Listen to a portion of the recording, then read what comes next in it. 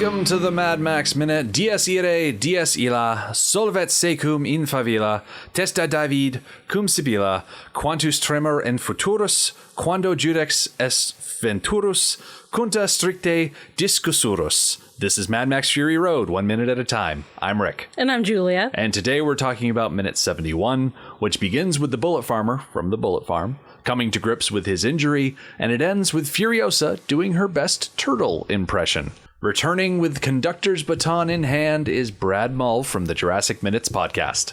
Bravo, Rick. Now tell the other 99% of us what that was. I love this minute specifically because it is the minute where we finally get to hear Verdi's Dies Irae used in the movie. That was the one piece of music that they used sporadically through the advertisements, but it was so iconic that I stole it for our opener. So everybody who's been listening to this podcast for the last couple hundred episodes, you've heard Verdi's Dies Irae. You know the music because you heard the amazing instrumentation by Daniel Bautista, who is an amazing individual in and of his own right because of the music that he makes, but also because he recorded a special version of that for us. So those are just the Latin words that go to that song.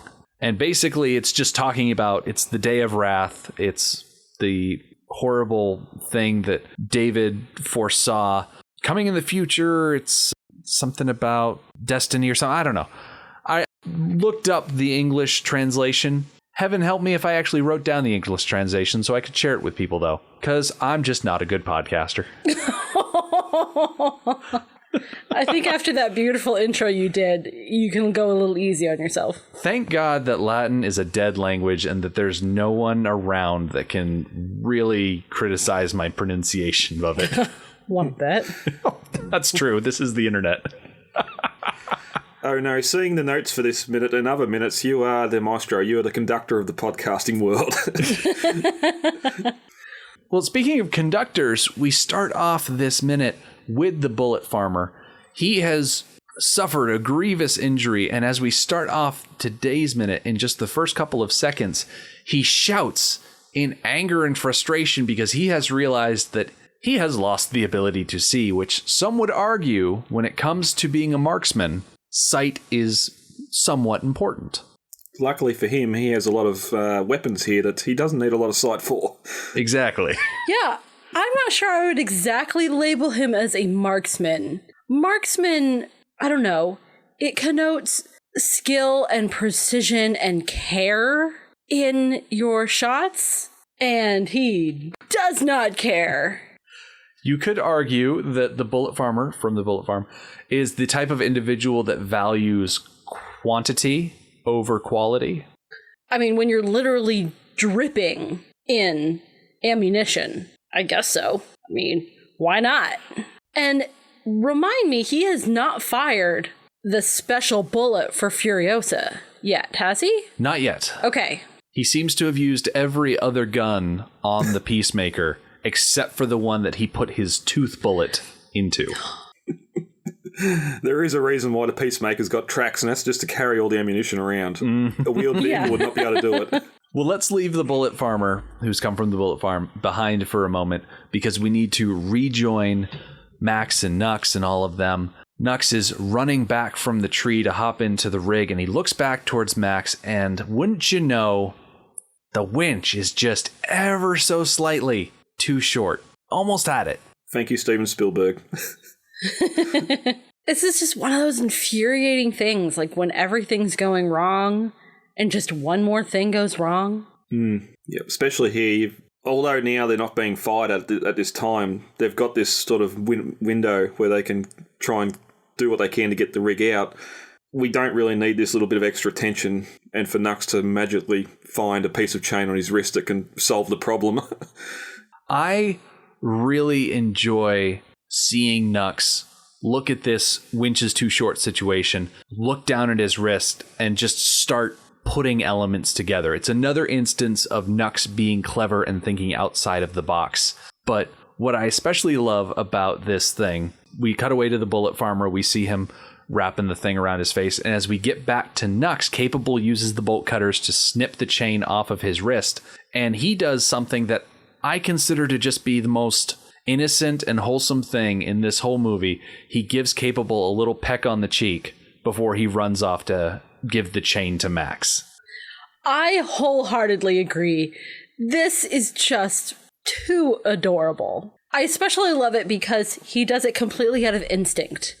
He has no role models in showing any kind of affection at all. Nobody's ever shown him how to hug someone or to kiss someone. He has seen none of that. So this kiss on the cheek was entirely like from his own head. When you look at small children, oftentimes that's exactly what they'll do when they have their first childhood crush. That's what they'll do. They'll sneak in for that quick peck on the cheek, and they will feel so good about themselves that they were able to do that. And like I said, it's just so freaking wholesome that he's been raised in this cult all of his life, and he's finally being able to step out of that role and find who Nux truly is. Who is Nux? He's finding that out. And one element of that is that he's just got this schoolboy crush on this redhead that is giving him attention. So is that instinct, or has he noticed the wretched doing that and thinks that's how you give affection? It is possible that it's leftover from his very early childhood, that he saw actual people who aren't Joe and captive wives showing affection to each other. So he might have seen something that stuck with him. Yeah, I think if you're old enough to toddle your way over to a giant elevator and then hold on to the side of that elevator for however many hundreds of feet up you go, I think you're old enough at that point to form at least a few memories somewhere in the back of your mind there. Especially if they're good ones. Yeah. Like that. So with Nux running towards Max, he holds up his chain and he shouts out blood bag. And I find it so ironic that the thing that is going to allow them to escape altogether is the thing that initially held Max captive. Like this chain, it tied Max down. It tied Max to Nux. It forced Max to drag Nux along. It stole Nux's glory by getting caught in the chain link or grate, whatever you want to call the metal on top of the tanker. It's a grate. But anyway, like this chain has been a source of frustration throughout this movie, and here in their hour of need, a very dire situation, it's going to be the thing that is going to save them because it's going to let them close that winch. I like that the chain has had a personal journey. The chain has had a character arc. It's gone from captor to aggressor to, what's a fancy word for savior? Well, before it gets to the savior point, I'm trying to think of a fancy word that means to like, oh, it's been an inhibitor. That might be a good word to describe what it did to Nux. And now, like you said, a savior. Classic redemption story. Yeah. Yeah. In a chain. Coming next year to Pixar. Chains. Just as long as they get Fleetwood Mac songs for the soundtrack, then I'll be cool with it. Absolutely. Speaking of cool soundtracks, we cut back to the bullet farmer who is standing atop the Peacemaker, and he has in each hand an MP5, and he is raising them to the sky, and he is saying that he is the scales of justice, conductor of the choir of death. And you can hear in the minute, right around second 30, where he's doing this, you can hear Verdi's Dies Irae cutting in the soundtrack. And I have to wonder, is it soundtrack or is it diegetic? Because as we cut back to Max, as he's securing the cable and the chain around the tree, the music is still audible, but it sounds a little far away. So I have a sneaking suspicion that the bullet farmer actually has a sound system on the Peacemaker, and he's just blasting out this classical music because he's got an aesthetic that he's got to keep up. Well, he certainly is painting a picture here with this epic stance, especially knowing that he can't see. So he's just perched up there on the top, guns a-blazing, laying it all out there, going for broke. It would be inspiring if he wasn't the bad guy. And he doesn't have access to his own doofwagon that we know of, so he might have his own sound system in that car. Yeah. Not everyone can have a giant wall of speakers. Sometimes all you've got is a little... would he have like a little Sony Walkman stuffed into the jockey box of the peacemaker? I like the idea. I like the idea that he's the only one that can hear the music. He's got his headphones on, little earbuds that we can't see. Oh no, he's got crappy little computer speakers that they salvaged from a old Radio Shack. Although I don't think you have Radio Shacks in Australia. Not that you have Radio Shacks in America anymore. Yeah, nobody has Radio Shacks. Yeah, those are kind of a dead thing. Just whatever electronics store would have them. JB Hi-Fi here. But just these little computer speakers hooked up to a Walkman. And one of the benefits of them being on a tracked vehicle is it doesn't bump and rattle around probably as much, so they don't have to worry about getting the anti-skip CD player. Yeah, but no, as fantastic as this scene is, it's sort of great. You got the music playing, you got the bullet farmer standing up there firing them MP5s off, and it sort of takes your focus away from the Peacemaker itself. I don't know if it's just because I was looking at my iPad and not a big high-def screen, but it doesn't even look like he's standing in the Peacemaker at the time. It looks like it's a painted-in prop or something, and it's just slowly rocking forwards and backwards like those little kiddie amusements you get in front of the mall. Obviously, it's the actor just standing in front of a big fan to get the shot, but it just something looks real weird and fake about it. After second 31, they don't even show the Peacemaker anymore. It's just him from the waist up. I guess you probably don't want your actor standing up on top of a speeding vehicle. So they're doing the old Road Warrior and Thunderdome trick where they just shoot low angle upward. That way they don't have to worry about actually moving. Well, yeah, it's been brought up in previous minutes where you see the war party driving through the desert and they're not. It's all stationary. It's all been CG'd in the background and the wheels turning and that. So, yeah, and it's very effective.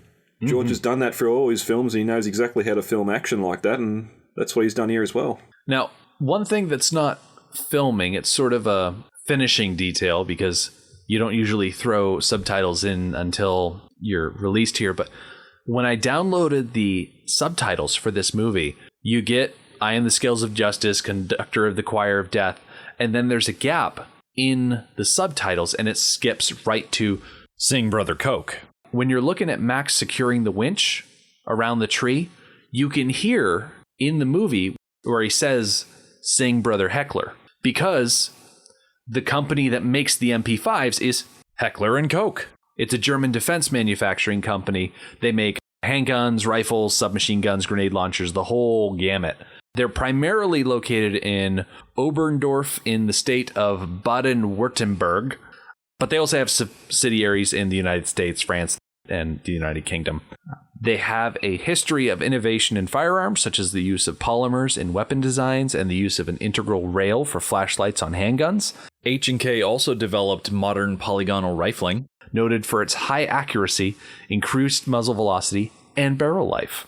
I do appreciate that the bullet farmer knows his guns. Oh, absolutely. It does paint him as a bit more of a connoisseur. And definitely, too, it shows here, we've seen before for the Uzis and now he's gone on the MP5s, he's definitely got a lot of weapons and some very capable weapons there in his own arsenal.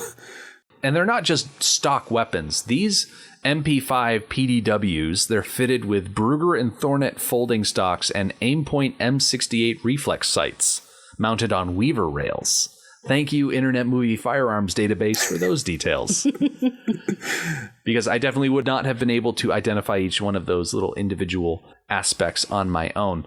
But just the fact that he's got reflex sights as opposed to just iron sights, that's pretty fancy. And optics like that are not going to be disseminated in amongst the rank and file, so he definitely gets the best stuff when they go hunting for resources. I imagine he has a personal collection of weapons that he has not found himself, because he doesn't seem the type, but had other people hunt for him. Mm-hmm.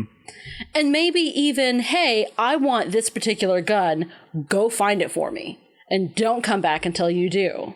I wouldn't put that past him. We learn in the comic book that Dr. Dealgood from Beyond Thunderdome has made his way to Gastown, which means that Bartertown is within trekking distance for an individual, however many years it took him to get there. But it's within trekking distance of Gastown and the Bullet Farm. And so you could have the Bullet Farmer sending out guys to Bartertown, and maybe they go over to the gun check and they say, hey, are there any weapons that were maybe checked by someone coming into the city and then they just never claimed them again? It could be that all of those weapons that Max checked at the window, maybe a war boy from the Bullet Farm came by, said, hey, let me poke through your lost and found. Here's a box full of ammunition to trade for it. Yeah, I like that idea, especially the paying for it part. There's no way that stash of weapons that Max turned in all the way back in Thunderdome in Bartertown, there's no way that those just are still sitting in a pile somewhere. Collecting dust. Yeah, that's just not, there's no way. Those have moved on to other owners, for sure. And yeah, it's entirely possible that, especially because we seem to have a connoisseur who collects interesting weapons, it's entirely possible that he has at least some of them. Yep, agreed. Are we being not kind enough to the gun check people at Bartertown? Are we discounting their devotion to their job too much? No, I would No. I would assume that nobody has any devotion to their jobs at all, except for the cult members. Everybody else, they're out for themselves. Plus, there was no ticket, so the best looking gun's probably in the gun check's back pocket. Mm-hmm. Yeah. I would. If you don't take a ticket, guess what? You've just given all your stuff to the gun check guy. Happy birthday to him. One person that's definitely not doing the best they could be doing is Cheeto. She is dragging the engine panel back with Furiosa, and she stops and turns around and says, don't they know they're shooting at us? And all I want to say is, yes, they know. Don't make it easy for them. Because that's exactly what she's doing. We're certainly privy to more information than Cheeto is. So we know that, yes, they know that they're shooting at you. They don't care. Any level of giving a crap that the Bullet Farmer had before he lost his sight is gone now. Any consideration for not damaging the assets, he no longer cares. He has been blinded. He is on a rampage. He just wants to shoot people. Mm-hmm. Plus, the size of the guns that we see from the Uzi to MP5 and then going next into the AK-47, your range increases between those weapons. So now he's going to be able to put more effective rounds near them, and they do start hitting the back of the tanker and the armor plate in a minute. And yeah, it's time not to just stand there and look. Yeah, the situation is definitely getting more frantic. Furiosa dives on top of Cheeto to press her down onto the ground so that way the bullets whiz on top of her.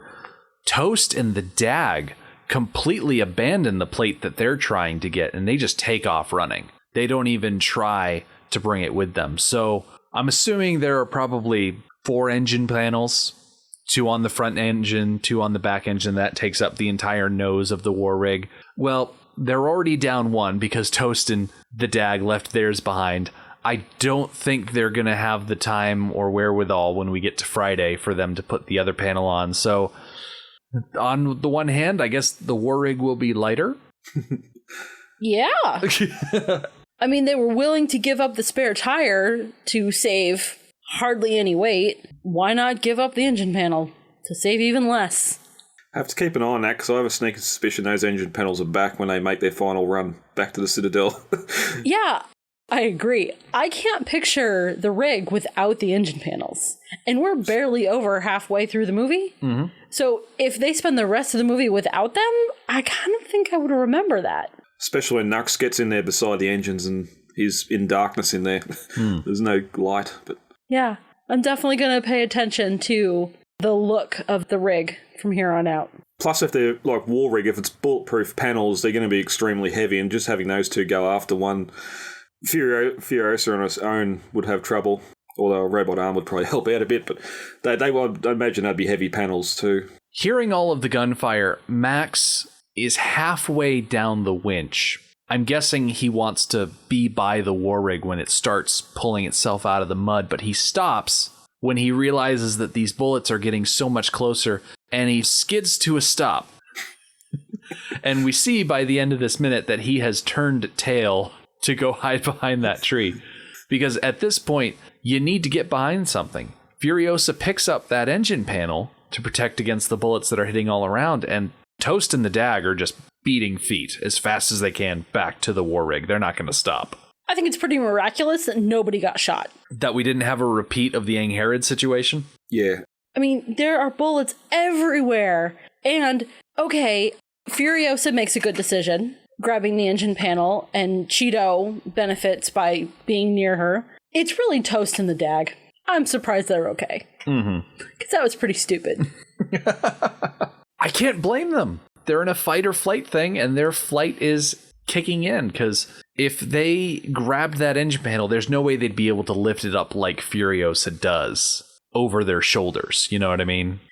That is a very good point. Even if they weren't under fire, I would have been surprised if they were able to do any better than bodily drag that thing back to the rig. So sending the two of them out there for something so heavy, yeah, I'm not sure how effective that would have been. It would have been effective if they weren't quite so pressed for time. Yes. And I think include in the idea of being pressed for time that any moment the rig is going to gain purchase in the sand and take off. And they're going to be chasing after it, trying to drag this heavy thing along with them. I think they would have had to make a choice. Do we catch up with the rig or do we keep dragging this thing? It's too bad that they're not at the top of a hill or something like that. Because if the war rig goes over the top of a hill and then starts rolling down, picking up speed and whatnot, they could put down one of those engine panels and do like Rey from The Force Awakens and slide down the hill. Like a little sand sled thing. Yeah. Overtake it and meet them at the bottom and say, what took you guys so long? Yeah. Oh, that would have made Toast so happy to be able to do that. Unfortunately, they don't have a giant popsicle speeder waiting for them. Because that thing absolutely looked like a popsicle. Well, it does now. I never thought that before. I got the Lego one here. It looks like a chocolate paddle pop. Plus, I don't think they would have known the importance of the panel as well. So, in that split second, leave it. We're running. Yeah. Try and get in front of the big thing that would shield you from the bullets instead of being behind it. Yeah. So as we cut back to the bullet farmer, he has abandoned the use of his MP5s. And so he has resorted to a couple of Norinco Type 56 rifles. They are Chinese knockoffs of the Russian AK-47, which is incredibly appropriate considering that the comic book calls him Major Kalashnikov, or Kalashnikov, whatever way you're supposed to pronounce it. The first. Doof. Yeah. Doesn't matter. And I think these are the rifles that you really have to worry about when it comes to range and ordnance, because these are not insignificant rounds. You can see them hitting the tree, and they are taking nice, big, I'd say roughly fist-sized chunks out of this wood. That is terrifying. Yeah. Until I saw the size holes coming out of that tree, I thought, oh, that's a good place for Max. It's a nice wide tree. There's plenty of room for him to hide behind it. But seeing the damage being done to the tree, it doesn't feel so safe anymore. Well, it's lucky it's a dead tree, not a green tree, because green timber does let bullets travel through them a lot easier than what dead timber does. So if it was a green living tree, possibly, especially if it was towards the sides of the tree, then he might have been getting wounded from it as well. Thank goodness for the apocalypse. I guess so. This is one instance where a tree being old, desiccated, and dry is actually a good thing compared to living and healthy and all of that. I guess mostly because when you've got a living tree, there's a lot of water inside. And when you dry out a tree and let it dry like this, all that water evaporates and you're just left with those hard, fibrous wood elements that are able to catch bullets. Not as effectively as Kevlar, obviously. Don't go around wearing a chest and drawers on your chest and over your drawers when you go into a bank robbery situation. But you get the idea that it's not going to punch through quite as clean. I would almost dare say that if these engine panels weren't quite as thick, that this ammunition might be able to punch through those. And this turtle maneuver that we see Furiosa doing at the very last second of this minute would be a nice idea, but maybe not as effective. And I think the main effectiveness of the strategy that she's using here is that she's holding the panel at an angle. So if the bullets come in, they would deflect off the plate. Skim. Yeah. Yep, definitely. You're not presenting a perpendicular surface. Nope, not going for the hard stop. See, and people always say, when am I going to use this geometry? There you go. There you go. It's all about angles. I don't know. It's no calculus. I'm not going to argue with you, but then again, I'm dumb enough not to remember exactly what calculus is. So what does that say about me? Listeners, you don't need to answer that. But that brings us to the end of minute 71. Does anybody have anything they want to throw in here at the end of the episode? Do we see the tree start to tip here? We do, don't we? I suppose we see more of it next minute, so I was just going to bring up there. I think we hear the tree start to creak. I don't know if we actually see the roots start to come out of the ground yet, though. Yeah, no, that's all right. I was just going to say, because of again, the difference between a green tree, or like a living tree and a dead tree, you'd have a lot different effect here of what would be happening. But we can bring that up next minute. Yeah, the roots run deep on minute 72, so we'll tackle that when we get to it.